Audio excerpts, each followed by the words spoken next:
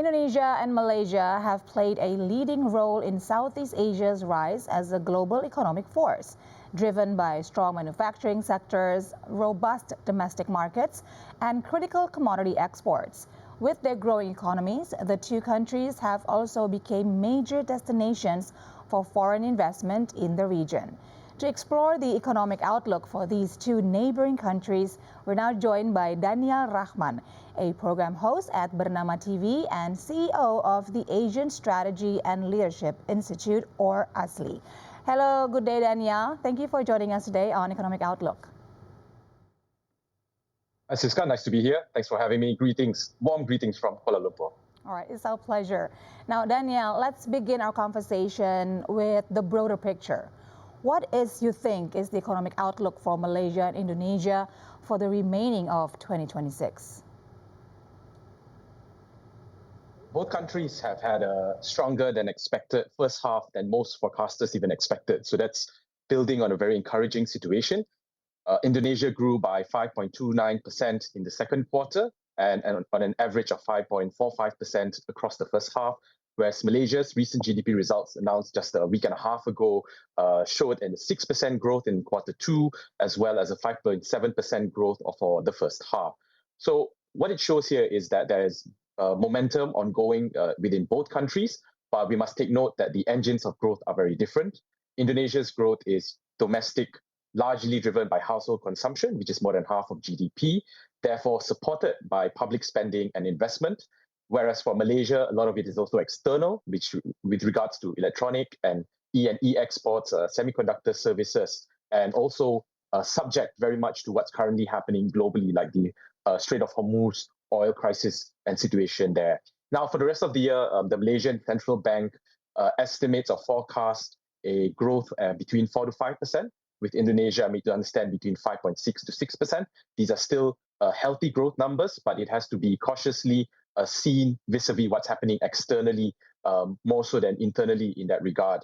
Now, August and the months to come in quarter three, quarter four, very interesting, simply because it's budget season for both nations. I note that President Prabowo Subianto has tabled the draft state budget just 2 weeks ago, whereas Malaysian Prime Minister Anwar Ibrahim tables Malaysia's budget in October.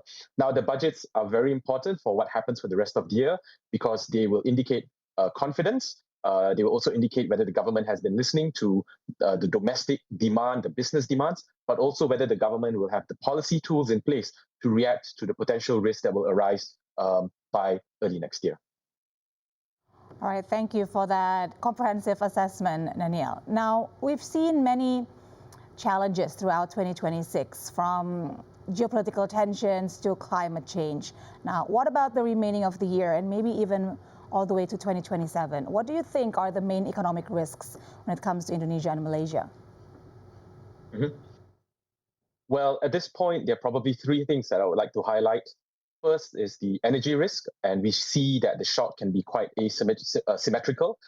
The Brent oil prices earlier this morning when I checked was hovering at close to $90 per barrel, which also suggests both a potential increase in oil prices. Malaysia, as you know, is very reliant on subsidies in this time, and the government has been trying to rationalize subsidy output, but that will also see, therefore, an adjustment in overall budgetary spending and fiscal deficit by the end of the year. At the same time, for Indonesia, a lot of this goes into the input for different productions and services and the ability to provide support, for local businesses and the likes, which will then have an impact on cost of business.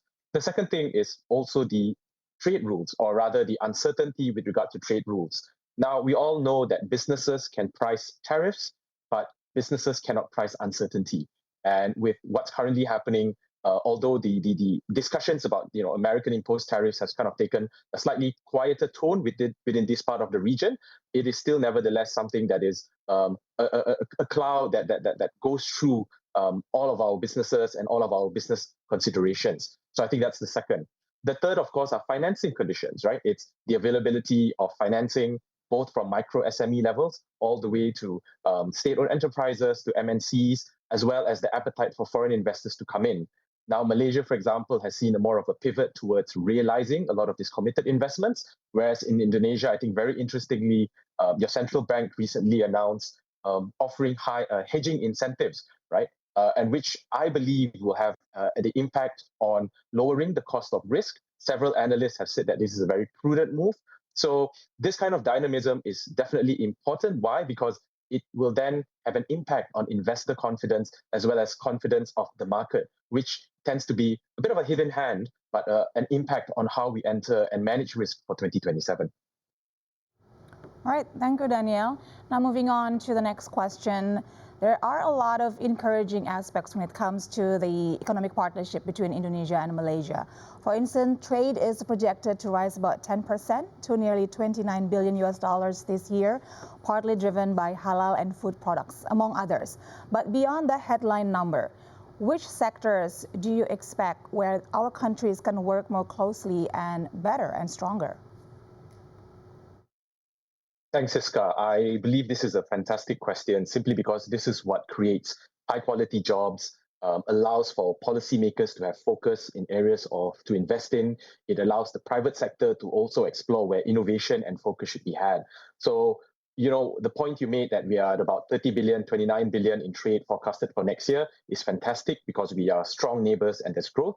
But we also have to face the reality that that's certainly not enough considering how close we are in proximity and similarity to each other. So just to give you some context, Southeast Asia, at the ASEAN level, intra-ASEAN trade is only at about 1/5 of total trade, whereas within the European Union, it's 3/5, which also indicates that there is a potential to grow trade between the countries. So if I were to broadly put it, three areas. First is energy, with the ASEAN energy grid being a key initiative in the years to come. This will be important to ensure stable, sustainable electricity supply for locals, for livelihoods, but also for businesses.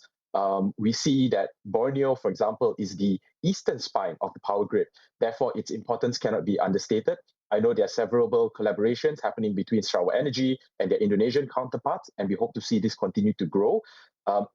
What's more important with regard to the energy conversation is a lot of businesses and impact that we see in Indonesia as well as Malaysia are priced thousands of kilometers away in Europe, because of crises like the Hormuz crisis or even the war or what we see happening in Ukraine and Russia.